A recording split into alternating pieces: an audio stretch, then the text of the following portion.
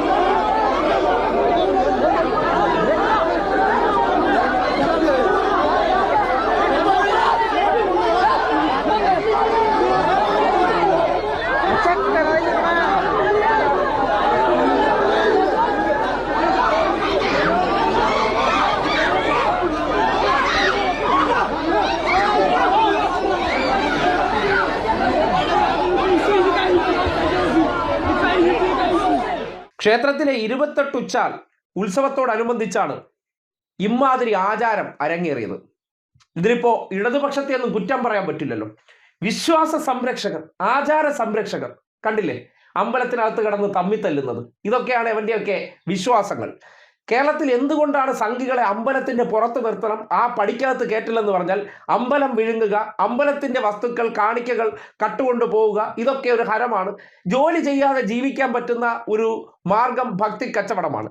ഇത് ഞങ്ങളുടെ കുത്തകയാക്കി തരണമെന്നുള്ള നിലയ്ക്ക് ഈ നാട്ടിൽ വിശ്വാസവും ഭക്തിയും ആചാരവും സനാതന ഹിന്ദുക്കൾ എന്നൊക്കെ പറയുന്നവന്മാർ അമ്പലത്തിൽ അല്ലെങ്കിൽ ക്ഷേത്രത്തിൽ വരുന്ന ഹിന്ദുക്കളോട് കാണിക്കുന്ന അതിക്രമമാണ് നിങ്ങൾ ഈ കാണുന്നത്. ഇതുമായി ബന്ധപ്പെട്ട് കൊടകര പോലീസ് 3 പേരെ അറസ്റ്റ് ചെയ്തിട്ടുണ്ട്. അതിൽ ചിലർ 916 സംഘികൾ തന്നെയാണെന്നാണ് അറിയാൻ കഴിയുന്നത്. എന്തായാലും ക്ഷേത്രങ്ങൾക്കകത്ത് ഇവർ നടത്തിക്കൊണ്ടിരിക്കുന്ന ഈ തോന്നിവാസം കണ്ടിട്ടെങ്കിലും നാട്ടുകാർ മനസ്സിലാക്കുക, വിശ്വാസവും തേങ്ങയൊന്നും ഇവർക്കില്ല. ഇവരെ സംബന്ധിക്കുന്നിടത്തോളം ഇതൊക്കെ എന്ന് പറഞ്ഞാൽ അവരുടെ ഒരു കച്ചവടമാണ്. അവർ ഉത്സവങ്ങൾ എന്നൊക്കെ പറഞ്ഞാൽ ഹിന്ദുവിനെ തന്നെ ക്ഷേത്രത്തിനകത്തിട്ട് അടിക്കാനുള്ള ഇടങ്ങളാണ്. ഇത് ഈ നാട് തിരിച്ചറിയേണ്ടതുണ്ട്.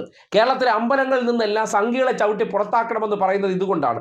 ദേവസ്വം ബോർഡിനകത്തിരുന്ന് ഉന്നത ഗുണജാതന്മാരായിട്ടുള്ള സംഘികൾ കട്ടുതിന്നുന്നതിന് മുഴുവൻ ഒരു സർക്കാർ ഉത്തരവാദിത്തം പറയുന്ന ഒരു കാലത്തിലൂടെ കടന്നു പോകുമ്പോൾ മറ്റുള്ള ഇടങ്ങളിലൊക്കെ ഹിന്ദുക്കളായിട്ടുള്ളവരെ ഈ നാട്ടിലെ സംഘികൾ എങ്ങനെയാണ് വിശ്വാസത്തോടെ ക്ഷേത്രത്തിലേക്ക് വരുമ്പോൾ കൈകാര്യം ചെയ്യുന്നു എന്നതിൻ്റെ ദൃശ്യമാണ്.